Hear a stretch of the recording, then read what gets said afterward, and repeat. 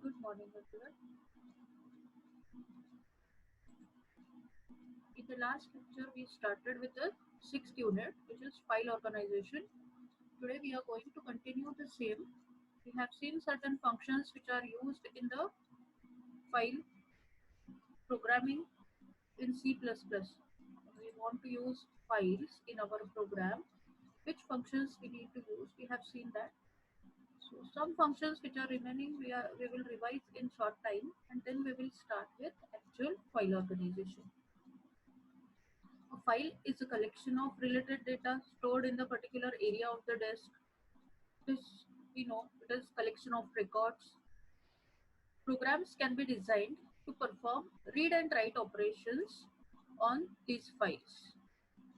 And so we have to write program in which some instructions are there for transferring data between console unit and program, and some instructions are there which transfer the data between program and disk file. So in this way, that transfer takes place. This is program plus data. So we have to interact with the internal memory, that is data files. And so we have this internal data internal data in the buffer, which we have to reflect every time. That is, we have to write that data into data files, which is external storage. And there are instructions to communicate with the user through cout and cin. Okay. So our program will be communicating with the external memory as well as with the user.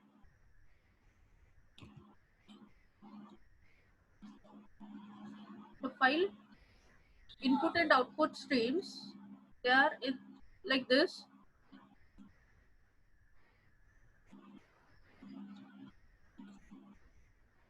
So the program, it has output stream to write the data into disk file, and using input stream it will read the data from the disk file.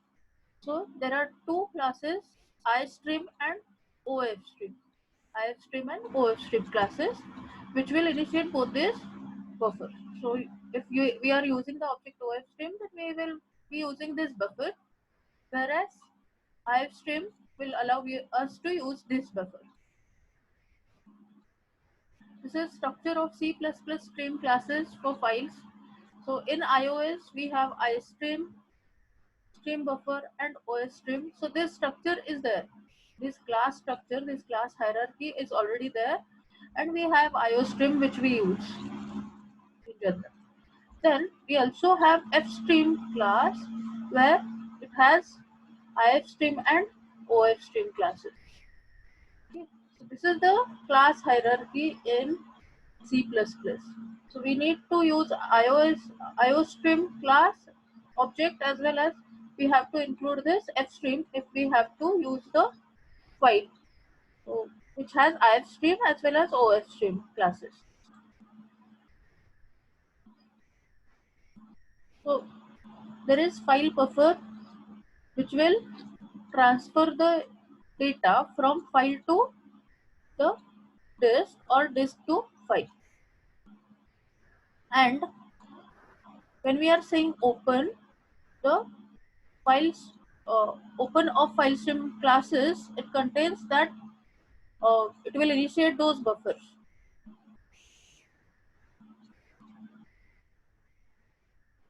And these open close functions, they are part of this FStream classes. Then in IFStream, we have all these functions: getLine, read, seekg, tellg. All these functions are part of IFStream. And OFStream, it has put, seekp, tellp, write function. All these are part of OFStream. So in FStream, if we create single object of FStream, we will be able to use IFStream methods as well as OFStream methods.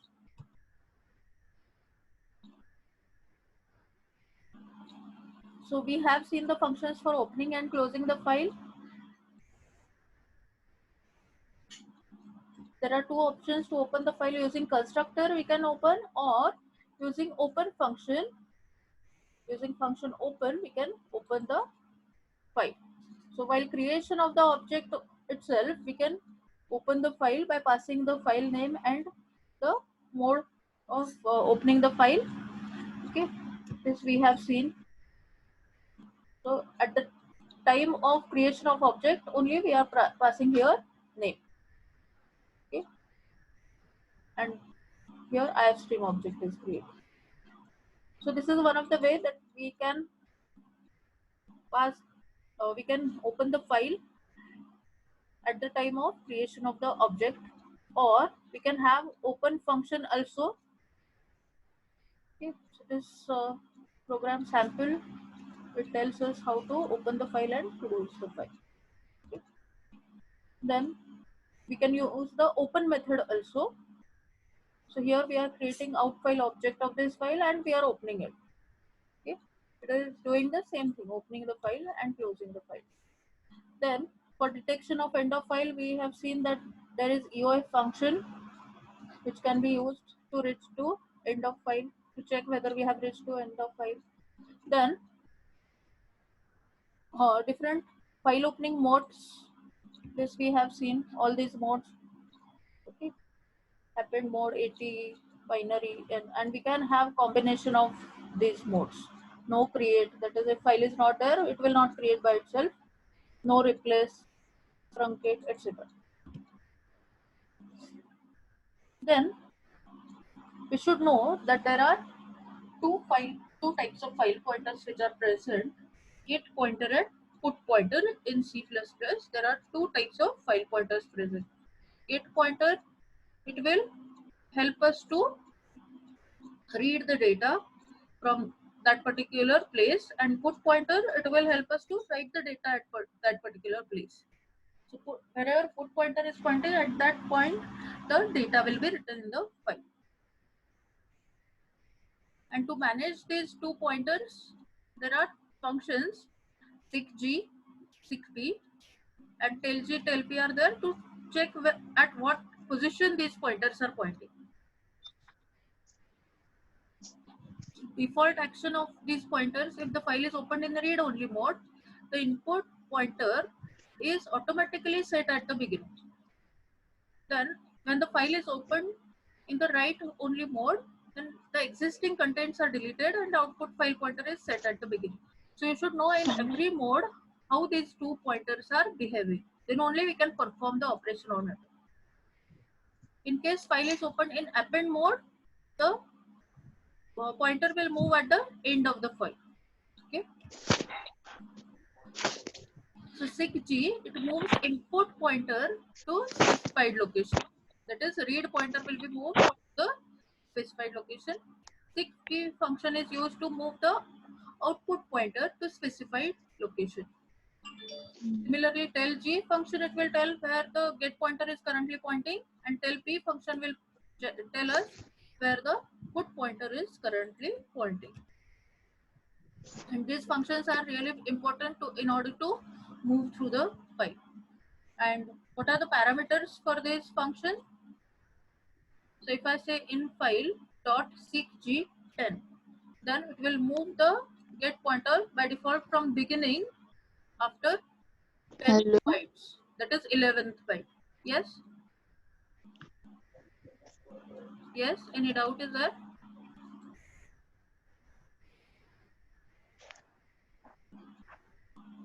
Shall I continue?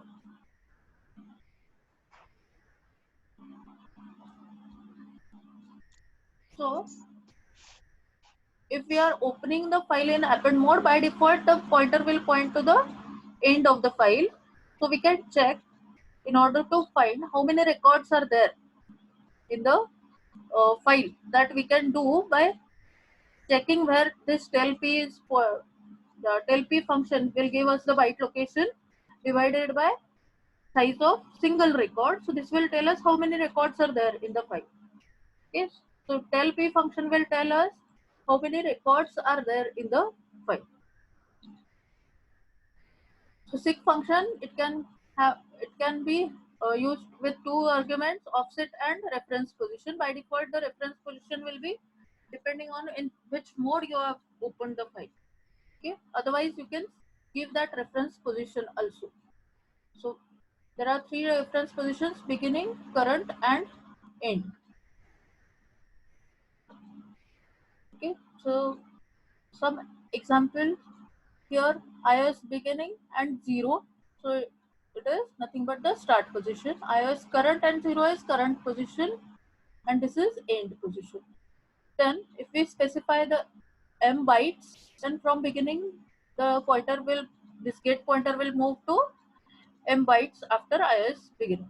Okay, that is m plus 1 byte. Clear? And minus means it will go back. The pointer will move back.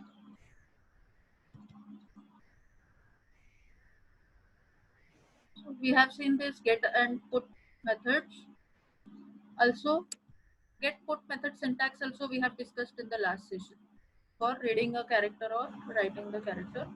Then read write functions are there, where the syntax of read and write functions are like this. This is the object, file object. So in file is the file object, and dot read. So it is able to read at the time size of v. That is, this block of memory will be read and it will be stored. That block will be stored in this variable, v variable. Similarly, out file dot write. So this will write a single block of memory, this much, this v block of memory into the file. Okay.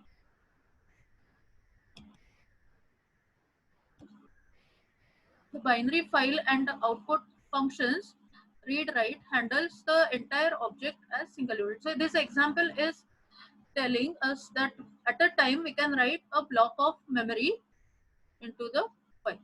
Okay.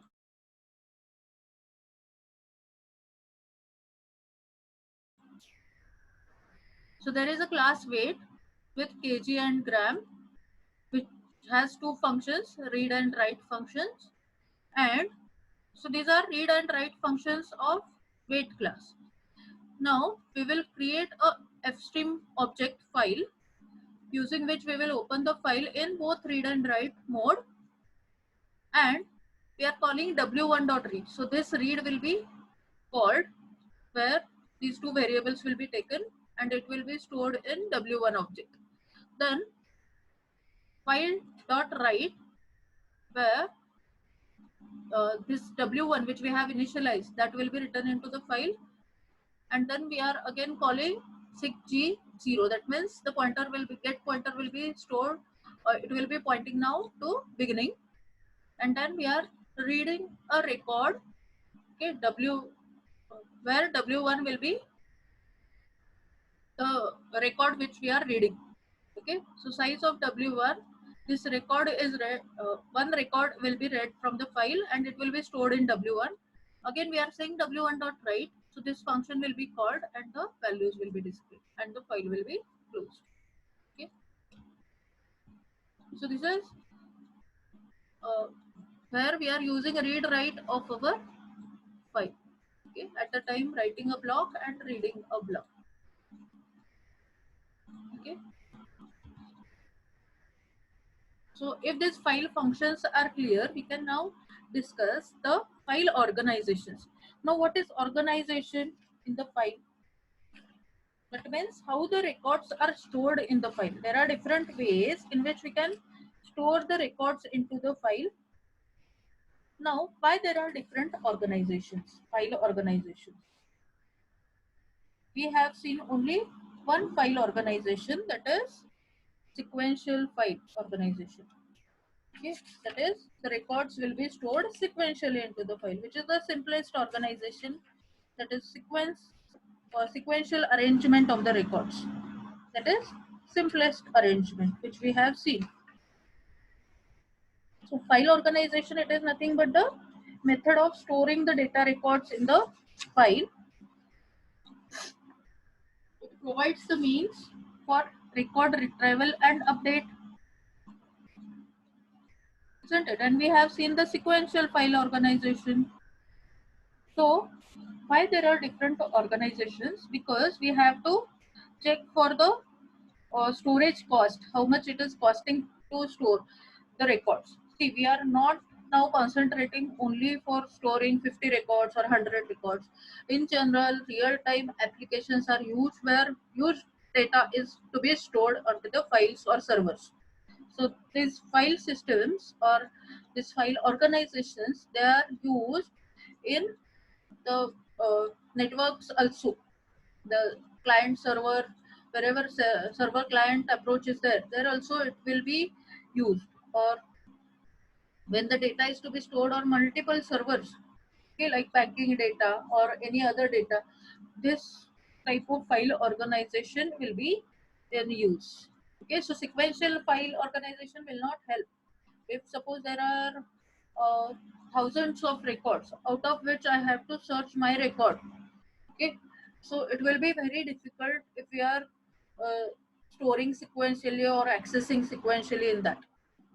So it will, so the file organization, it will have impact on storage cost as well as ease of retrieval, convenience of updates, reliability, security, integrity, and volume of transactions. So all these are the parameters based on which we have to select appropriate file organization. Okay, so whatever are your prior uh, requirements, accordingly you select the particular file organization. So these are the three organizations. Other than this, also some file organizations are there, but these are used in most. Okay, these are the file organizations which will be used in most of the applications. Out of which we have seen the sequential access in C also. Okay, as well as in CPP, I think you have used the sequential access only. And there are two other approaches also, direct access and index sequential. Okay, in how we are going to store the records into the file, that approach will be different here. So we will revise the sequential access, sequential organization. It is nothing but the records will be stored in the sequential order as per the records are entered. At the end, those records will be appended. And linear search is used in order to search any record. We start from the beginning and we go on comparing with all the records. The key will be compared with all the records, that parameter, and it will check whether that record is present or not. So complexity of searching will be big O of n in this case. Also, we can arrange the data in ascending and descending order at the time of insertion only. So if we are storing student data, we can arrange that those records using any parameter like roll number or GR number. So if I am storing those data while inserting, I am inserting in the ascending order. So that will help me to use the binary search also on the file. Okay. Then it is good for variable type of data, for example, document. Linear uh, storage or sequential storage is useful where the variable type of data is there. That is, consistent records are not to be stored. Okay? But if it is database, that is, every record are having same parameters, but we want to store them one after another with different values. Okay, so columns are same, every record columns are same, but the rows will differ, as values will differ for every student. Okay, but parameter is same. In that case, the sequential access will not be useful, will not be that useful, where we have to access or compare in every records parameter. This will not be useful. So it is not suitable for huge database. That's why we will be having some other approaches also. But it is simplest approach in which we are storing the records one after the another. So in order to revise, I will show you the program in C++ for sequential file storage. Okay. So here student data is stored, is to be stored in the file. So what are the parameters in student? Roll number, name and marks. This flag is there for logical deletion. Okay, we have done logical deletion. So this flag parameter is for, it will tell whether that record is present logically or it is not present.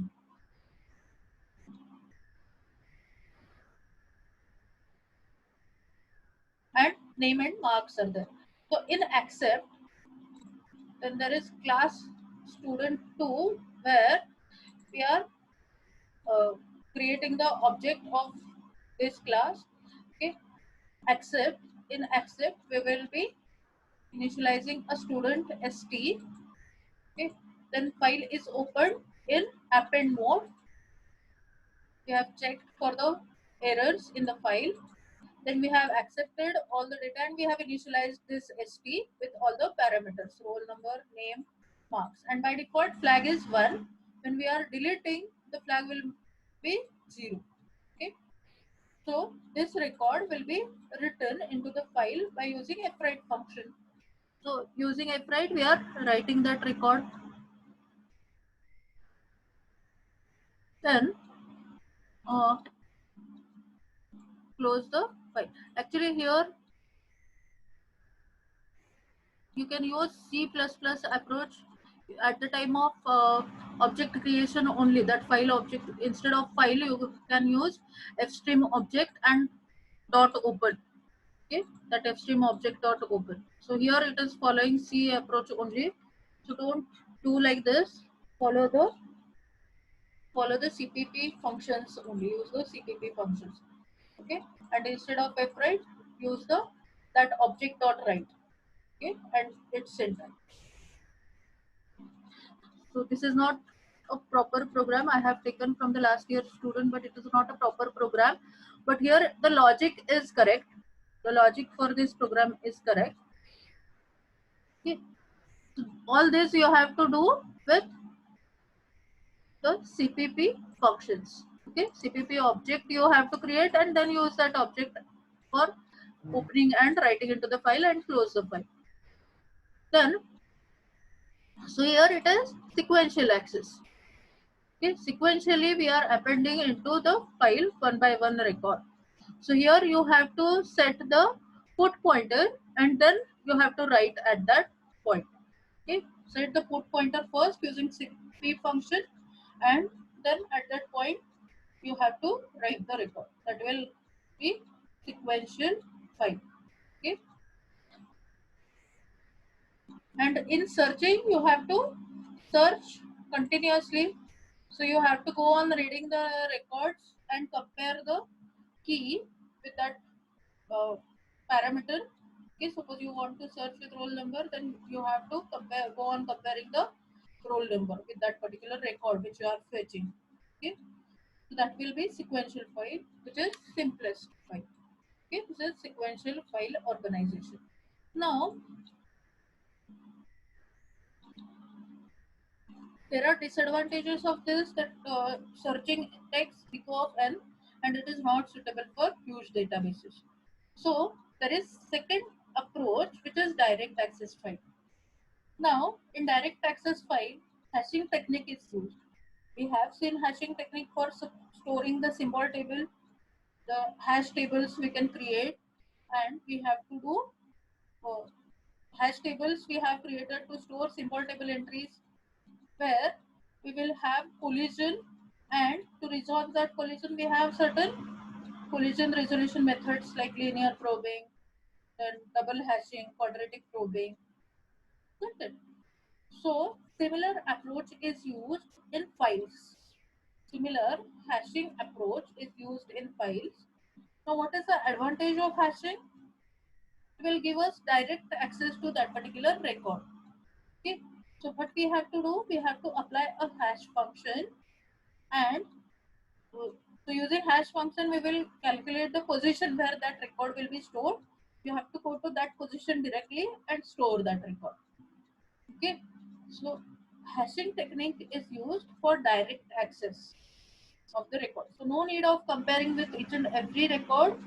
What we will be doing, we will be applying hash function to calculate its position, and that position will be used for checking whether that record is present at that position or not. So here number of comparisons will be drastically reduced. Okay, so in direct access file or hash file, records are not stored sequentially. Hash function is used to calculate the address of the page in which the record is to be stored, Time complexity depends on selection of hash function, which hash function you are selecting and whether it is giving us the collision or not, how many collisions it is giving us, and which collision resolution technique you are using. Okay, depending on that, the time complexity will vary, but it will be reduced to certain extent. Okay, so in sequential file, what we do, we visit each and every block and go on comparing the key. Whereas here in random access or direct access file, we have to calculate hash value, which will take us the possible position directly. So if that record is not present here, we have to apply the collision resolution technique. Okay, so using linear probing or quadratic probing, we will move to another place and check whether the record is present at that place or not. So you are not visiting each and every place, but you will be visiting only appropriate places. Okay, so all the collision resolution techniques which we have seen, linear probing, quadratic probing, and double hatching, you can use any technique to handle the collisions. So what happens here in direct access file? A bucket is uh, there is a bucket term. What is this bucket? It is a single disk block or cluster of continuous blocks. Okay. So when we are applying hash function, it maps the key into that bucket number. Okay. So it will take us to that particular disk block where that data can be found. Okay, so hash function, it will convert our key into the position. So direct position is not reached, that particular disk block is reached where we have to search that particular data. So if that data is present, that will be present in that bucket only. Okay, so no need of comparing with the other buckets. And chaining is used to link the synonyms. So chaining can be used inside the bucket to chain the same hash value elements like we have done in the hashing. Also chaining is implemented. Okay, and any collision resolution technique also can be applied. Clear? So here hash, using hash function, we will be able to reach to the particular block of memory where that record can be found. Okay, and there you can have that linear probing or quadratic probing to handle the collisions. Clear? So this is random access or direct access file. In tomorrow's practical session, we are going to discuss the hashing assignment. So that linear probing and with replacement, without replacement, we will be revising that concept and we will be seeing the code of that particular part. Okay, so if that is clear, then you can apply the similar concept here in file also. Okay, you can perform simple hashing with array. Okay, on the array you can apply same hashing concept in file also. Clear? So that is direct access file. So we'll see the, just we will go to the one of the function in direct access file. What happens here in direct access file? There is a hash function used, which is xmod size. Some hash function is there which will convert the that record into the position. Its key will be converted into the position. So in insert function, first initially the hash function is called to find out the starting position from where we have to uh, start searching for that particular chain.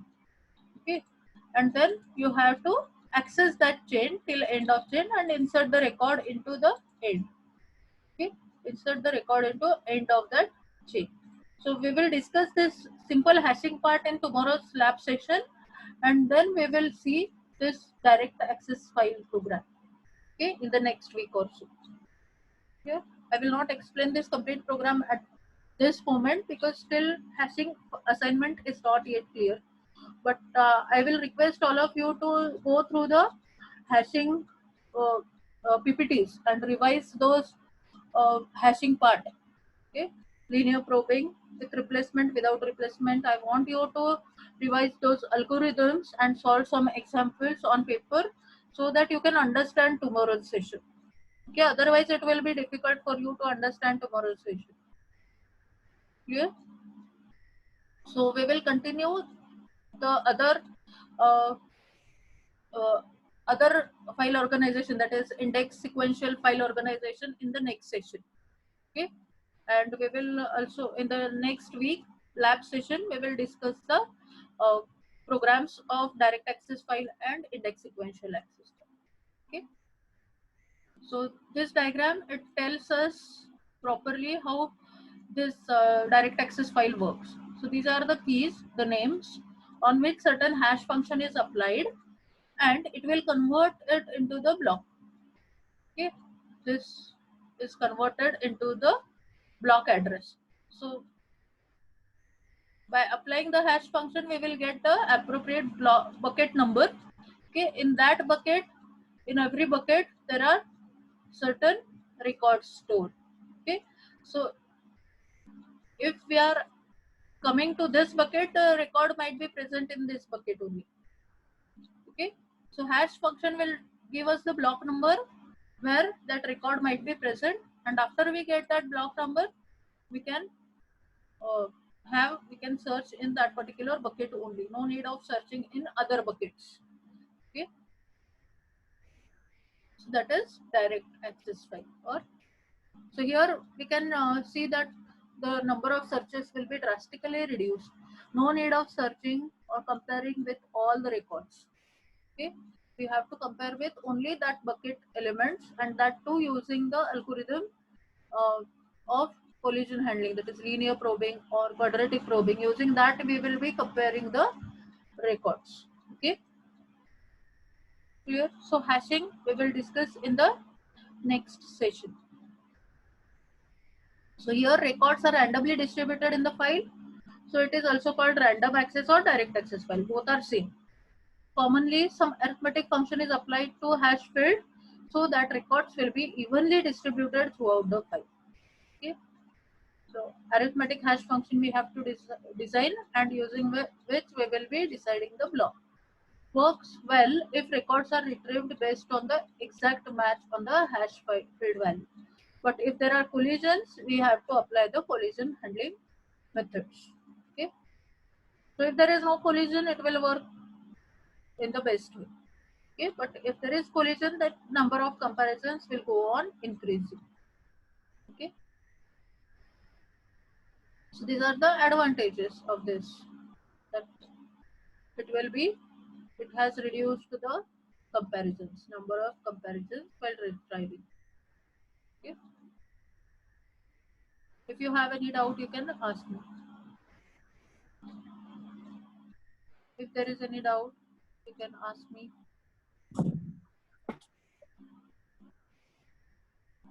Yes, sequential file and direct access file. Is the concept clear?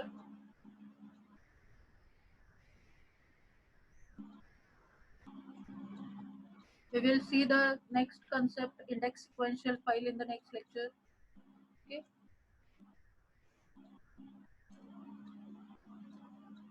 Okay, then we will stop here. And as I said, kindly revise the hashing techniques. Okay, all the collision resolution techniques, kindly revise them. We have solved many examples also on paper, so I want you to revise all those so that you can understand tomorrow's lab session. And depending on hashing assignment, this direct access file assignment is there. Okay, so both these assignments are dependent. Okay, thank you.